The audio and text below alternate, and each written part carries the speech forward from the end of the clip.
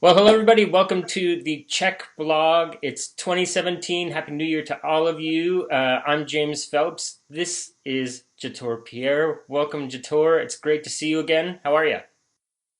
I'm doing well, and I can see you clearly because I've taken the lenses out of these frames. Leave it to you, Jator, to take out the functional part of whatever it is and then have it work for you. But it's a beautiful, for me, it's a beautiful metaphor of like the intellectual, right? The glasses and my underlying need to be perceived as intellectual, which I think can be simply a facade. So I get to make fun of myself on camera, which is always fun. Good. Well, and that takes part of my job out of my hands too. So There you go. that's great. Well, I'm looking forward to this topic. It's a very timely topic. Everybody talks about dreams and goals to start their new year, whatever they are. We know what the data is in some ways on this too. I mean, you hear these kinds of studies at the beginning in every January of every year about how maybe 40% of people somewhere around there have resolutions or set goals for the new year, and Hmm. an even smaller fraction of those folks end up sort of sticking with those goals. The last number I read is 8% of people who actually set goals for the new year reach them. What was the per- um, what's that? what was the percentage of that? 8%. Wow. Yeah, so it's small, and that is 8% of people who actually set goals, right, reach them. So it's a pretty small number. So you're So saying it's not an uphill battle at all. no, of course not. We got to stay positive. Gotcha. Um, but you and I know, and what we talk about at Check Institute is the importance of having a dream. Hmm. In order to reach whatever your life goals are, and to draw on as a source of motivation for doing maybe other things that you might not like to do, but are necessary to reach your goals, your dreams. Hmm. And so you're going to talk to us today about kind of roadblocks to building dreams, why people have such difficult time either discovering what their dream is or maybe working towards it once they know what their dream is. So I'm looking forward to this topic today. Thanks for swinging by. Yeah, thanks for having me. Um, so we'll do this a little differently today, I think, because usually I go to the right brain quite frequently, very quickly, and my experience of our videos, I tend to then get drawn back to the left and the practical side by you, which I appreciate. I think I want to lay out first kind of the practical side of this, at least from my perspective, and Okay. how I move through this in my own life. So one of the first pieces is creating your dream. I think that is kind of the centerpiece of what we're going to talk about. What's important, though, about the dream is that what if, as a practitioner or as a person trying to achieve your dream, what if simply the idea of a dream doesn't resonate with you? What if that word or the verbiage itself doesn't resonate with you? And then because we're Czech practitioners or we're into this, we inadvertently use that as a North Star, even though it doesn't resonate. So my invitation here as a first practical guideline is if dream doesn't actually resonate with you as a person, then find a word or an image that does resonate with you, that is motivating to you. What I mean by that is, for me, dream feels a little soft for me. So I like the word purpose. So I use purpose. So when I'm setting down and setting my purpose, that resonates and it draws me toward it. It doesn't feel like I'm getting pushed toward it. It feels like it has a pull, a gravitational pull, maybe something like a Star Trek where they have that tractor beam, right? Yeah, right. I feel like that's pulling me towards it. Yeah. So I use purpose. And for me, uh, the purpose of your life or your dream can be this kind of etheric, global, big picture. And for me, it might need to be the least refined aspect of goal setting. Okay, what What do I you mean mean by by that? that Yeah. is, yeah, what I mean by that is, let's say my current purpose, which is written on my whiteboard back there, my current purpose is to share with the world, to express myself, and to face and put myself into situations that I'm slightly afraid of. So there's a part of me that gets a little scared about doing videos with you. There's a part of me that gets scared when I teach. There's a part of me that gets scared when I'm doing my own webinars, etc. And kind of stepping into that and using a semblance of courage to move through that and move toward that. But that's this huge, big picture. So it's a very big, it's so big that it's something I can look up into the sky and go after. However, when I look at my purpose, underneath my purpose, then I have what's called, for me, I have it, my vision. So what's my vision? How am I going to achieve my global purpose, or what I'm trying to put out into the world? So my vision becomes a little bit more granular, a little bit more specific. So my vision is, okay, I want to have 25 hours a week at $2.25 an hour. I want that all to be Skype and phone sessions. I want to do very little in-person work, and most of my work is going to be centered on HPA access, gut health, and mental and emotional health, and how to address that. So that's vision, right? So that's, you have my global picture of sharing is kind of a general idea. Getting myself out there is kind of a general idea. So it's a little bit less specific in terms of my purpose. My vision is then one step below that, and that becomes a little bit more focused. And then underneath my vision, then I have kind of my goals. So I have my monthly goal, I have my weekly goal, and I have my daily goal. And each one of those becomes more granular as we step down from there. So my monthly goal may be create more content to reach my vision, to reach my purpose. My weekly goal, I would get even more granular and say, okay, this week I'm going to read these particular books, or I'm going to study this work, or I'm going to put together these webinars, etc. So it becomes a little bit more granular. And then one step below that is my daily goal, which becomes even more refined, because the more refined that we get, the easier it is to check these things off that we've completed them. The more generalized it is, it's harder to then celebrate at the end of the day what you've accomplished. So if I set a daily goal that says, I want to eat better today, yay for that. What the heck does that mean? But if I set a goal, today I'm going to eat for my dynamic primal pattern type, which is, it feels like today is going to be 50-50. I'm going to do my workout, and I'm going to do 4 sets, 5 sets, yada, yada, yada. And I set it out very specifically. And today I'm going to shoot a video with James and complete that process and stop canceling. So it gets more and more granular and becomes more and more specific, with the background idea, though, floating around. When you're setting your daily goal, when you're setting your weekly goal, when you're setting your monthly goal, each of those is then, is that in alignment with my vision? Check. Awesome. Great. Is that in alignment with my vision then? And then is that in alignment with my global purpose? What am I trying to create as Paul would say, a legacy, a dream? What am I trying to leave here? And the reason why the purpose also might be more generalized is because that gives you space and opportunity to change. It puts less pressure on you that's exactly what it has to be, because inevitably, as you're working on your goals, you're working on your vision, your global dream, your legacy, or your purpose may actually change. And that's okay, because it's more general.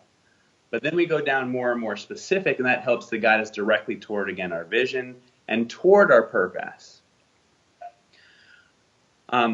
So another thing that I do personally, and I do this on a daily basis because, wow, it really helps me, because I tend to be slightly more right brain than left brain. At least my experience of myself. Other people may argue that. Confirmed. It's oh man, it's like this beautiful check-in practice in the morning. So I get up in the morning, I have my whiteboard behind me, and I have my purpose written out. I have a mandala that I created that embodies kind of my purpose, my vision, my goals, and what that represents to me from a kind of an artistic perspective. And then I have my daily and I have my weekly. So every Sunday, I set time aside on my calendar, an hour to check in. Okay, am I in line with my purpose? And is my purpose still feel true for me? Ah, yes. Okay, cool. I'm all for it. Great. My vision, does that still feel true for me and something that I'm motivated to create? Yes. Awesome. Great. Then how am I going to do that this week? And then I set out 3 or 4 things I'm going to do this week that are in alignment with creating my vision and my purpose. And then every day I can wake up, look at my purpose right there, look at my mandala, which integrates left and right brain, right? Then I have my vision there too. And that's all kind of inundating my consciousness. And then I can say, okay, well, what do I want to do today? What are 3 or 4 things I want to do today that's going to help me achieve and work toward, as a metaphor, meeting the universe halfway? So how am I going to kind of put the tires to the road to create some traction towards what I want to create? So as an example, in the Chek world, if any of you see my videos, I've set an intention to create more videos because that's where I feel more comfortable. I don't really particularly like writing and blogging. That feels a little overwhelming for me, and I don't feel like I can really get my message across. But through video, you get to see my expression. I can be a little bit more free, and it feels more synergistic to who I am. So that's another part of my check-in with myself. Is like, well, what is the platform in which I feel like I can express myself best? Is it blogging? Is it doing videos? What's your niche, etc.? So that for me is very motivational and is very helpful towards reaching what my vision and my purpose is. On another flip side of that, which is really interesting too, is that, at least from my perspective, each of us as human beings are all living on purpose. We're already each living our purpose. I would, in fact, go as far as to say it's impossible for you not to be living your purpose. However, what we're talking about now is maybe for me, your ego's purpose. What do you desire to create in your life from an ego perspective? And I'm not saying that's a good or a bad thing, because if you didn't have your ego, you wouldn't be here. So celebrate your ego and find things that you're desiring to create and go after it. Go after it through a humble lens of humbling yourself to, it's okay to change it. It's okay to go after it. And then when things aren't working out, or you're finding yourself kind of self-sabotaging. So let's say my goal is to lose body fat. And that's my current vision, and that's also my monthly goal and weekly goal. So I'm setting these daily goals, but at the end of every day, I'm not checking off what I'm putting out there. I'm not checking off, well, I want to eat this way specifically. Here's my daily walk routine. Here's how I'm going to stand more, and very specific. And I'm not doing any of those things. In fact, I'm going the polar opposite way of that. What's fascinating then is to consider, okay, whenever there's something showing up in your life that feels like you're not benefiting from it, it feels heavy, it feels interruptive, it feels scary, fearful, and or self-sabotaging, you can't move toward it. Ask yourself this very simple question. The question is, how do I benefit from this behavior? So for me, if it was, let's say, body fat loss, okay, well, I want to lose body fat, but I'm sabotaging every aspect of that for that to happen. Interesting. Why? What benefit do I gain? A part of me, what part of me gains benefit through self-sabotaging and not reaching my goals. Oh, wow, that's really interesting. I've never thought about that. You're crazy, Jator. No part of me benefits from not reaching my goals. Really? Then why are you doing it? So from a mental and emotional perspective, which doesn't make any logical sense, at least from my perspective, it's driven by emotion. And at some point in your life, maybe, and in mine, we learned to gain emotional benefit through the lens of self-sabotaging or not being enough, or that we don't matter, or that we get to have the story of telling everybody, you know what, I just can't lose weight. Oh, well, wow, that's fascinating. When I tell people that story, I get a lot of attention and I get to play the victim role. And then people want to come rescue me. And when people rescue me, I feel loved and I feel like I matter. So if I lose body fat and I don't have that story anymore, no one's going to rescue me, and then I'm not going to matter. Well, the ego, or parts of you, are going to have a hard time giving up a story that you gain a grand amount of attention through, and through the eyes of the child, gain a lot of love through. Because attention to the child, from my perspective, is love, whatever attention that is.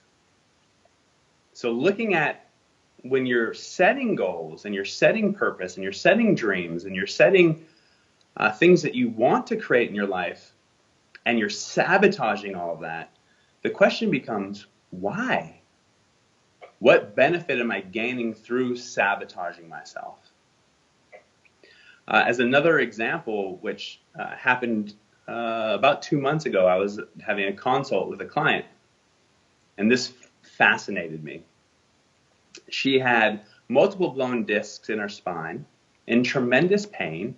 She had seen osteopaths, functional medicine doctors, chiropractors. I mean, the list goes on, right? Typical kind of Chek level 4 person that you'll get who's seen everybody else. So we're talking.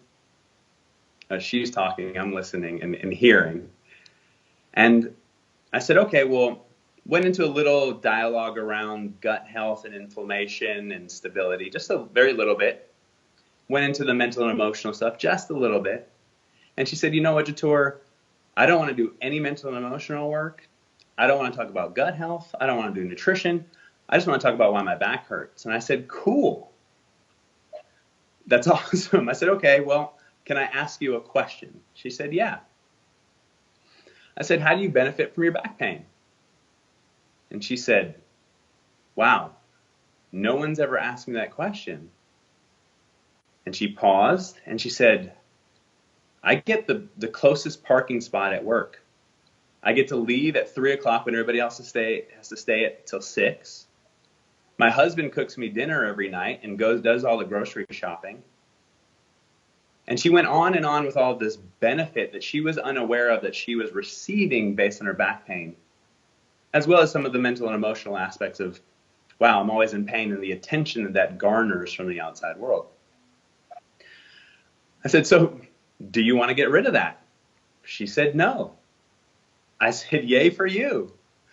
I'll talk to you when you're ready to get rid of that. And that piece fascinates me. And I think, from my perspective, that's an aspect that is kind of missed. It's not when we're coaching ourselves, as well as when we're trying to help others learn to coach themselves, there's an inviting nature of asking questions and curiosity around why is the person sabotaging? Why are they creating what they're creating in their life? And how is that benefiting them? Rather than mainly, at least in my experience of myself in the past, kind of pushing more onto them. Maybe at times is that dream true for you? How many times have you set that goal or purpose or vision in your past? Well, I've done that 100 times. Well, cool. How'd that work? Not very well. 8%, right, James? So there's a lot of undercurrent around setting goals and sabotaging goals, setting purpose and sabotaging purpose, setting vision and sabotaging vision. And that, for me, a coach explores that with their client, explores that not from a judgmental place. Whether we have judgment or not is kind of irrelevant. I will have my judgments, yay for my judgments. However, it's knowing that my judgments are essentially irrelevant, and my purpose here is to support my client in helping them get to the underlying stories about why they self-sabotage, why they're not reaching their goals, and really getting curious to the why rather than just the how. Yeah, yeah. So what I'm hearing here in two ways, there's two sort of parts, big parts to what you've been talking about. And the first part is the actual mechanism of setting your purpose and your vision and your goals, right? And that mechanism. And then there's well, once I've got that, why am I not actually making progress towards those, right? The roadblock stuff behind. And you said a lot of really great stuff on on both parts. But I was thinking, just trying to encapsulate what it was that you had talked about, the sort of the nuts and bolts how to, because there's some great stuff there. And I liked, that you started right off, there's like a pyramid, right, with this, with what we often call a dream. But you're right, I think for a lot of people to start off by saying, well, what's your dream? That word, like any other word, creates, it comes with judgment, right? Mm-hmm. And for some people, the idea of having a dream, as you said, is soft or whatever and doesn't inspire. And so whatever word works for you, whether it's purpose or maybe mission, right? Mm-hmm. Or legacy or dream. But, I guess in some ways, if you don't have that thing at the top, then nothing else flows below it. And so finding out that word, whatever works for you to figure out that sort of the essence of your motivation drive is important. It's not just semantics. Yeah, and I think the word is important also because of what the word, essentially what it represents to the person, right? So for Paul, a dream works really well, obviously for Paul, right? That works really well. It's kind of like what Paul's talked about in the past in terms of, do you squat or sit? You might say squat to somebody 100 times and the pattern's completely dysfunctional. And then you say sit, and then it's beautiful. And that is, the energy behind the word and our association with what the word represents to us, then either causes a draw toward the word or a push away from the word. And then once you find whatever that word is for you, for me, it's not simply the intellectual process of finding that word. It's also feeling into your body when you repeat, think, and feel that word. So when I say purpose, I feel light, purposeful, and like almost expanded and open. I say mission, my energy just feels a little heavier. When I say dream, I actually feel confused. So for me, purpose works very well. And then if I'm sabotaging that purpose, well, then the beauty of that pyramid that you were speaking of is, okay, not only can I explore why am I sabotaging it from a mental and emotional perspective, I can also use that pyramid or the purpose or the dream or the legacy as this, again, this star tractor beam that's pulling me and say, wait a second, okay, I see myself self-sabotaging. That's okay. Let me look up and see my purpose. Let me look up and see my North Star. Let me look up and see my dream. Let me look up and see my mission. And when we do that if it's a pulling force, it's going to kind of open us up and kind of adjust the tracks in a sense. That is motivational. Yes, like I want to create that. And that might give me the courage then to explore why I'm self-sabotaging where I want to go. And that, for me, is the beauty of dream, legacy, North Star, mission, is that it gives us a beautiful crutch, something to lean on when we need help through the tough times. We can look up and be like, oh man, yeah, a part of me really wants to go after that. And that's going to help me have the courage to move in a different way. Another thing that you said that I like that I wanted to come back to is this idea that you're setting very specific daily goals that Mm-hmm. you understand lead to the achievement of your purpose or your vision, right? And those are important because oftentimes your purpose or your mission is such, as you said, a general thing that it's hard to measure when you're making success towards it, right? Whereas the Yes. daily goals, that's where you're getting this actual almost quantifiable measure of success and measure of progress. There's this saying that success breeds success, right? And Mm-hmm. so the Mm-hmm. idea that every time you hit one of those little daily goals and you know that you've completed it, you get this sense of completion and you get this sense of forward movement, and that builds on itself, right? The more you Oh, succeed, the more you make that progress. And so having those very specific daily goals that make contact with in a way that you set up with that purpose and with that vision is really importantly motivating. I'd say hugely motivating, and I love a word that you chose, which is objective measurement. Because when you get to that granular level and you're creating focus, and you can objectively create some measurement progress for yourself, it's hugely motivating. Like, honestly, at the end of the day, when I set my to-do list for the day, let's say I pick 3 things. Today I put 4 things. When I get to the end of my day and I can knock those each off, I really give myself a moment of celebration. It's fascinating to me in my experience. Most of us celebrate ourselves by beating ourselves up. Doesn't sound like much of a celebration unless you're a pinata, right? Well, I love using that word because it really gives it some feel. We celebrate in the opposite direction. We over celebrate by beating ourselves up and being a pinata. And there's not one of a Czech principle for me that is, I think, for me, the most beautiful and most poignant and most purposeful principle is balance, the yin yang symbol. So if we're imbalanced in celebrating ourselves through beating ourselves up, how attracted are you going to be towards setting goals and achieving them, or setting goals and achieving beating yourself up because that's what you're used to doing and that's what's familiar? It may feel scary to parts of you to celebrate yourself for accomplishing because you never got your needs met through doing that. So you'll set goals to self-sabotage, to beat yourself up because that's where you feel comfortable and familiar. And that is fascinating to me. And that, once you start to kind of get into that, then you have this motivational factor, right? Where you've given voice to the pyramid to give you the courage to look at that and start to dive into your mental and emotional selves. And then what you're saying is this measurement piece.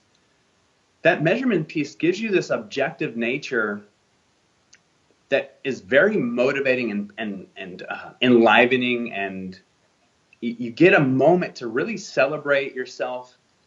And I'd also invite noticing that when you celebrate yourself, do you feel guilt or shame about celebrating yourself? And where did you learn that you shouldn't celebrate yourself? I mean, that is fascinating in of itself. So when I'm celebrating myself, I watch that come up. If it does, go deal with that, and we'll get into another video on that. But in the meantime, I really am taking moments daily to celebrate and create. What are we really saying here? These are conscious awareness rituals, right? We're creating focus in our lives. We're creating self-awareness. We're creating consciousness.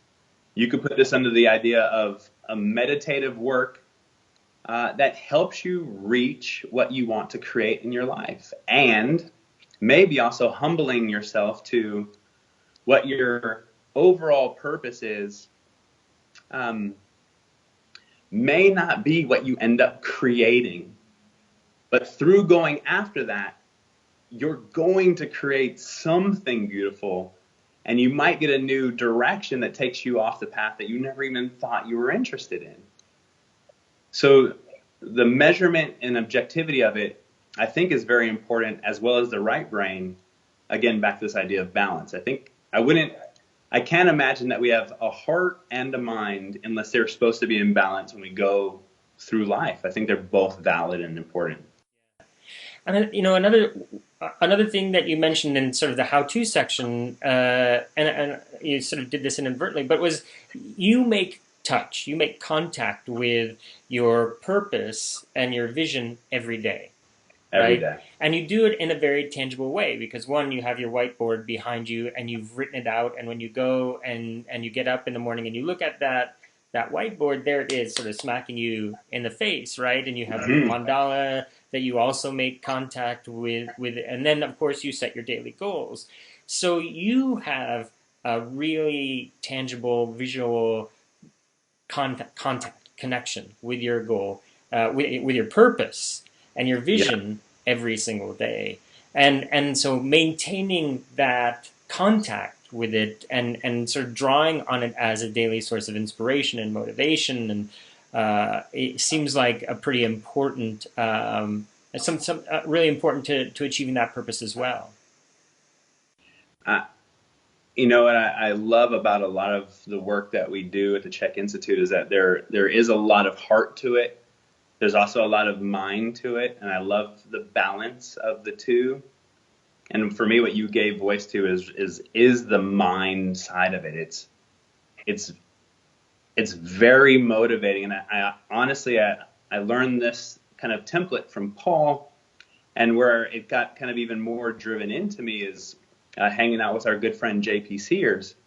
He's a good friend of mine, and in hanging out with him, really just watching how he runs his life and how he puts together, okay, whatever his videos and how he lays it out and how he really focuses on and carves time out of his daily routine to go after what he wants and desires from his heart and from his head, in my experience. And seeing that and watching that, I was thinking, wow, that watching him was motivational to me.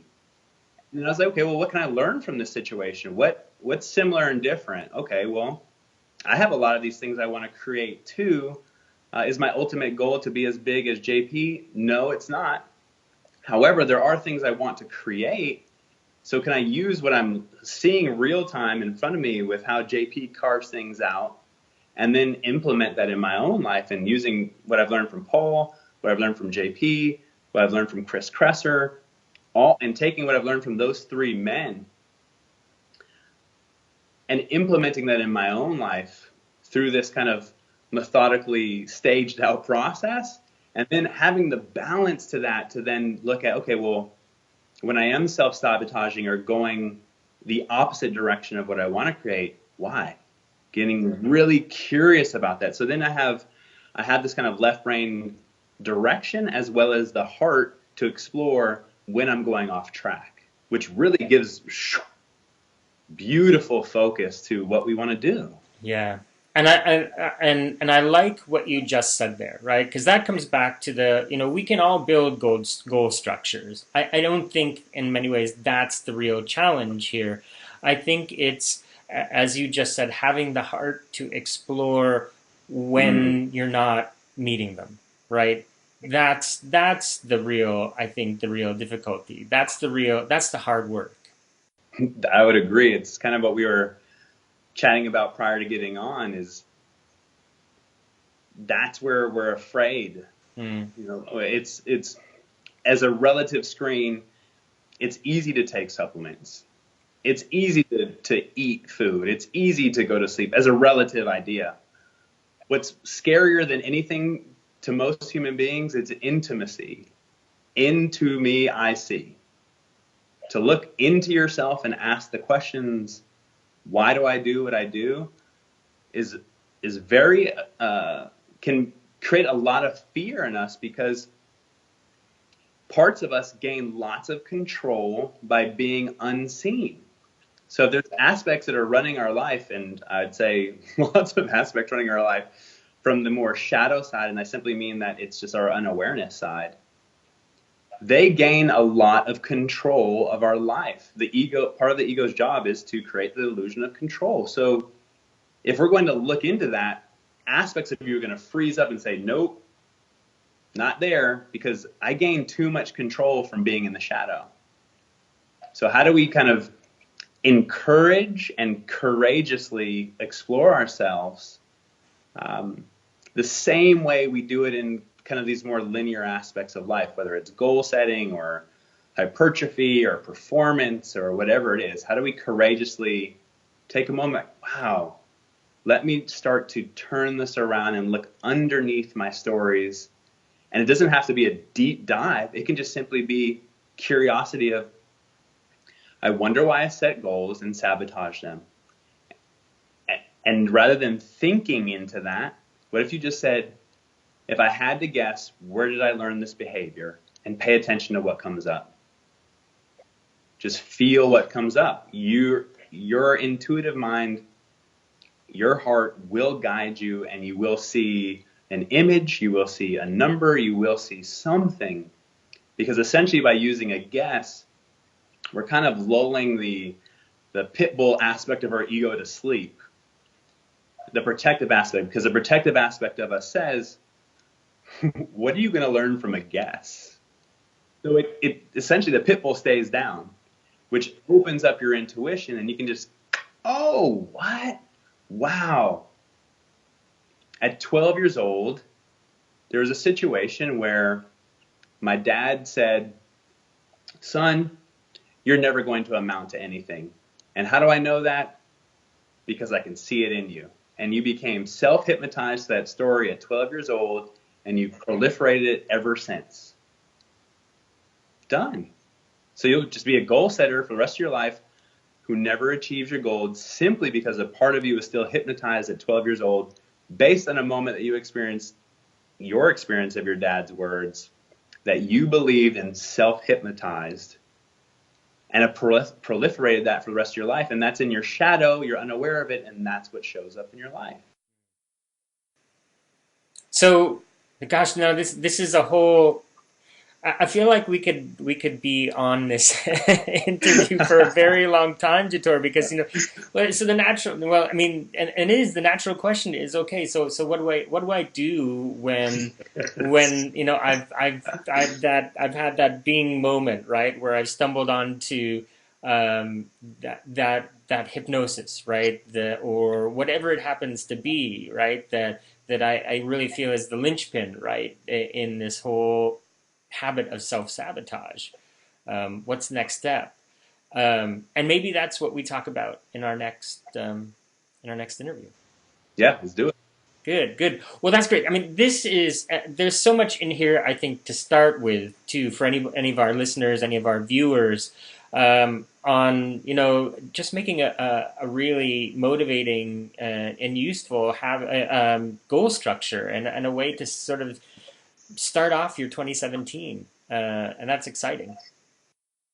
Yeah, I would invite myself and all of us to, could 2017 be the year that you learn to have courage and the courageousness to look within yourself and simply to ask these questions. Even ask the question, why is my purpose my purpose? That can be the first thing you ask. What do I gain out of setting a purpose? What does that mean to me? And that might be the first question to explore from a childlike perspective. Remember when we were kids and we were imaginative and we were curious and we were playful and we were, oh, wow, Mom, why is the sky blue? That style of thinking rather than maybe the teenager who knows everything. Right. Oh, and as a related question, we're ending this with all these open-ended questions. But related to what you were saying too, am I sure that the purpose that I've set for myself really is my purpose? Right? Have I got my purpose? Do I know what it is? Because if you don't, if thinking practically to that pyramid, right? Mm-hmm. If you don't have the purpose at the top, then these daily goals at the bottom are, they're going to start to feel like chores, right? Rather than something that's, as you were talking about, that's attracting you towards something that really is deeply motivating within inside of you. It's it's why you and I get on here and do this. For me, this is part of my global purpose and my vision. My purpose was right to share, to experience, and to kind of share this kind of global perspective on mental and emotional health, gut health, and the HPA access. Well, how can I do that? Part of my vision and part of my weekly goals is to do videos with you. So when we get on here, this doesn't feel like work to me. This feels like opportunity, and it feels like play, and it feels like a great platform to share and connect, and also to share my heart with the world, and hopefully that some of what I share resonates with some people so that they start to till their own soil in their own way. Yeah, yeah. Find their purpose and their vision and their dream, and connect with other people and do the same thing. And that's interesting. You know, and in many ways, it all goes back to balance, like you were talking about, right? So goal setting is pretty clearly an intellectual, in ways, activity, but the test of the goal, about whether it's really, you know, or your purpose, whether it's really, that's really it, is the emotional side, right? It's the how does that intellectual activity sit within you know, my being, my who I am. Sure. Yeah, For sure. yeah, great. Well, this has been your glasses worked, Jator.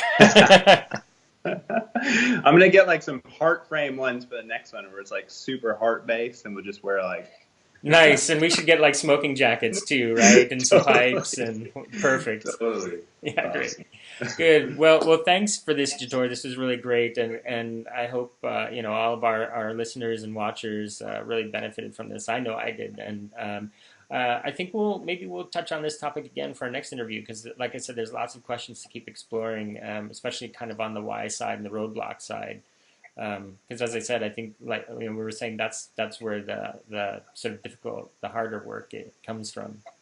I think as an offering too for whoever made it through this whole video, uh, put the questions in the comment section, and then we can kind of, you know, whatever on any of the videos that I've done or Yep, that you and I've done, James, together, put questions there, and then James and I can dance with those questions. that's right. Or I'll let Jator do the dancing.